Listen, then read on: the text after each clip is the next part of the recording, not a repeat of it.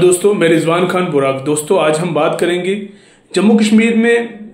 UT बनने के बाद, यूनियन टेरिटरी बनने के बाद जम्मू कश्मीर में पहली असेंबली, और पहली असेंबली का पहला दिन आज इलेक्शन हुए स्पीकर के लिए, और स्पीकर असेंबली के लिए चुन लिया गया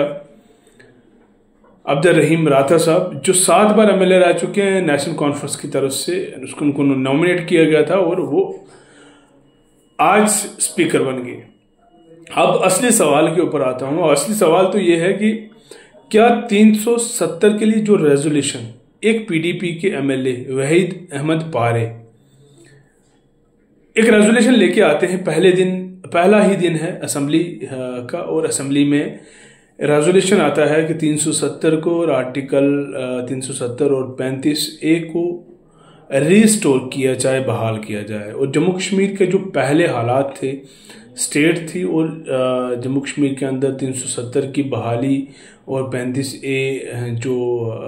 एब्रोगेट कर दिया गया था 5 अगस्त को, उससे पहले वाली तमाम जो कंडीशंस हैं जम्मू कश्मीर के ऊपर लागू कर दी जाएं। अब इस तरह के मामलात को देखते हुए वहीं पे उमर अब्दुल्ला का बयान आता है कि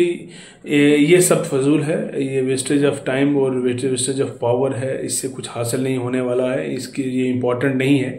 ये सिर्फ कैमरास के लिए किया गया है।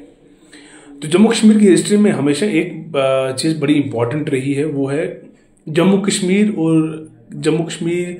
के लोगों की, जम्मू कश्मीर के राइट्स की, जम्मू कश्मीर के लोगों के बेसिक राइट्स की बात करें या फिर जम्मू कश्मीर की आइडेंटिटी की बात करें, हमेशा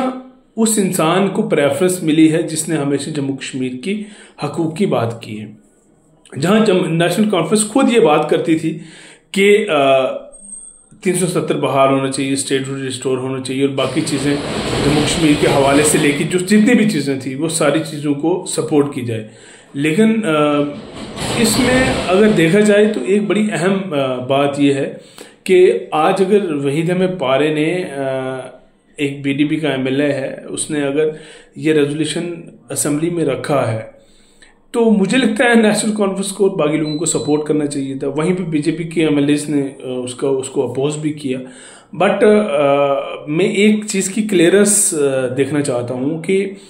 क्या नेशनल कॉन्फ्रेंस अगर इस तरह की चीज़ें डिस्कस कर रही थी इलेक्शन से पहले, और आज इलेक्शन के टाइम पे असेंबली में अगर किसी और ने इस चीज़ को प्रपोज किया है, एक रेजोल्यूशन लेके आया है कोई एमएलए, तो उसको नेशनल कॉन्फ्रेंस को सपोर्ट करना चाहिए। तो ये एक मेरी इंडिविजुअल राय नहीं है, ये राय आई थिंक पूरे जम्मू कश्मीर के लोगों की है, जो जिनको इस आइडेंटिटी की फ़िक्र है, जिनको जम्मू कश्मीर के लोगों की फ़िक्र है, जिसको बेसिक राइट्स की फ़िक्र है। तो इन तमाम मामलात को लेके जो फ़िक्र करने वाले लोग हैं, आई थिंक वो सब लोग ये पसंद करेंगे कि पहली बार असेंबली जो है यूनियन टेरिटरी में हुई है, और यूनियन टेरिटरी में सबसे पहली बात जो है 370 और 35A को रिस्टोर करने की बात की गई है, और स्टेटहुड को रिस्टोर करने की बात की जानी चाहिए, अनएम्प्लॉयड यूथ की बात की जानी चाहिए, उसके बाद डेली वेजेस को परमानेंट करने की बात करनी चाहिए। तो ये कुछ मामलात हैं, बाकी मैं फर्दर बाकी चीज़ें जो हैं आपके साथ दूसरी किसी वीडियो में शेयर करूंगा।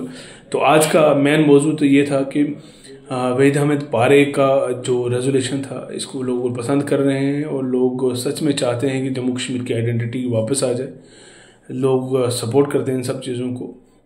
और 370 और 35A जहां बीजेपी के लोग कह रहे हैं कि जो बीजेपी के सपोर्टर एमएलएस असेंबली में एमएलए जो जितने भी हैं, वो इस चीज़ को अपोज कर रहे थे कि ये इस तरह के मामलात को नहीं उठाया जाना चाहिए। बहुत बहुत शुक्रिया इस वीडियो को देखने के लिए। यूट्यूब पे हो तो आप प्लीज़ सब्सक्राइब कीजिए, फेसबुक पे फॉलो, लाइक और शेयर ज़रूर कीजिएगा। आप लोगों का प्यार मुझे मोटिवेट करता है, मैं आपसे मुखातिब होता रहूँ वक्त पर वक्त, और आपसे चीज़ें शेयर करता हूँ। बहुत बहुत शुक्रिया, थैंक यू।